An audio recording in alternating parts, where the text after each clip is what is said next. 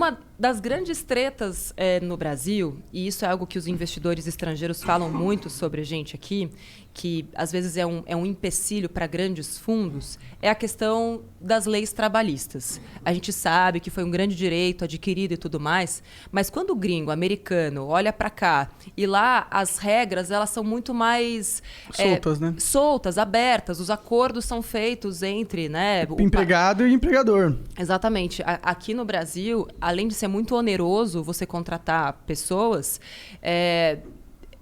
o risco que você corre de pegarem a tua grana até na pessoa física, caso você tenha alguma questão trabalhista, e a gente sabe que tudo tem seus prós e contras, né? Enfim, a gente sabe que tem muito dono de empresa filha da puta. Infelizmente. Que explora as pessoas. Exatamente. Só que é um longo caminho que a gente precisa sempre ficar atento, entender, o que impede... Eu, pessoalmente, não gosto do CLT. Eu acho que a gente tá jogando um jogo...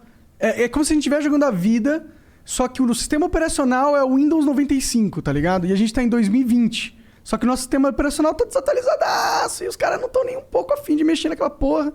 E aí fica falando... Eu sei que é direitos conquistados e tal, e é importante. Porra, trabalho escravo. Tem gente... Eu vi uma notícia de uma mulher que tava 20 anos sem receber, trabalhando na casa dos caras, dos patrões, tipo, empregada, tá ligado?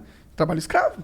Isso rola. E tem que ter lei pra proteger. E até em grandes empresas. Tem construtoras grandes que têm alguns processos por trabalho escravo. Porque paga pouco pro cara. E garante alguma coisa pra ela. Você tá no Nordeste, mão de obra barata, vou te levar pra São Paulo pra trabalhar lá. E o cara fica em condições subhumanas de trabalho.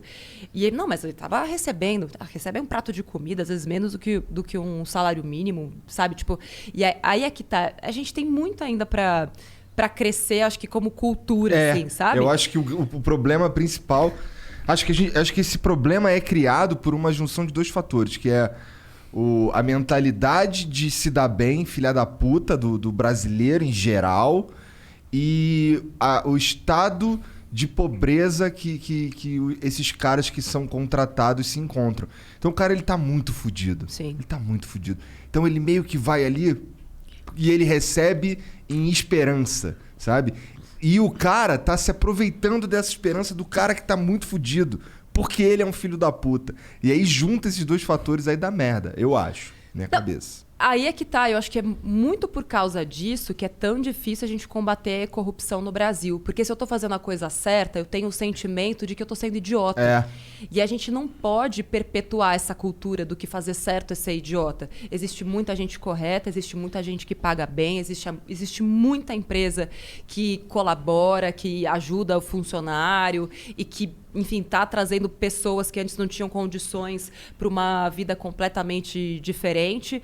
É difícil a gente saber se é minoria ou maioria, porque, infelizmente, para quem faz sucesso no Brasil hoje, já vem um monte de gente. Isso o Tom Jobim falava desde lá, né, da década de 60, que fazer sucesso no Brasil é uma ofensa, e para muita gente porque sempre vão achar que você fez alguma coisa errada, que você deu algum jeitinho. No caso de mulher, que você deu para alguém.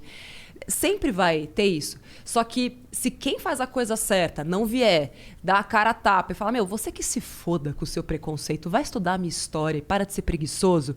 Se a gente não trouxer isso cada vez mais à tona, a gente vai perpetuar isso que, no fim, é uma falácia. Não é todo mundo que é assim. Não é todo mundo que é filho da puta, né, no Congresso, na política brasileira. A gente tem que começar a pegar os bons exemplos. Acho que no Congresso aí, não sei. Eu vou discordar de você. Na população brasileira, eu acho que a maioria é gente fina. Mas se o Congresso é uma representatividade do que a gente tem no povo... Mas não é. Mas é por isso... Aí é que tá. É a Flor de Lis que é líder das mulheres, né? Aí tu fica, caralho... Então, mas é uma, né? E cadê mas os ela é a bons líder, exemplos? porra. Ela é líder. Todo mundo que tava lá votou nela, tá ligado?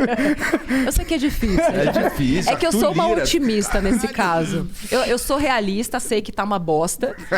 Mas eu sou otimista a ponto de pensar que muito em breve vai haver uma renovação. Até porque estão todos bem idosos, né? Vamos lembrar. E que existe uma coisa natural na vida que é... a morte. Exato, foi você que falou. Mas né, eu não sei, eu vejo o sistema político... é natural, vai. Exatamente. Até comer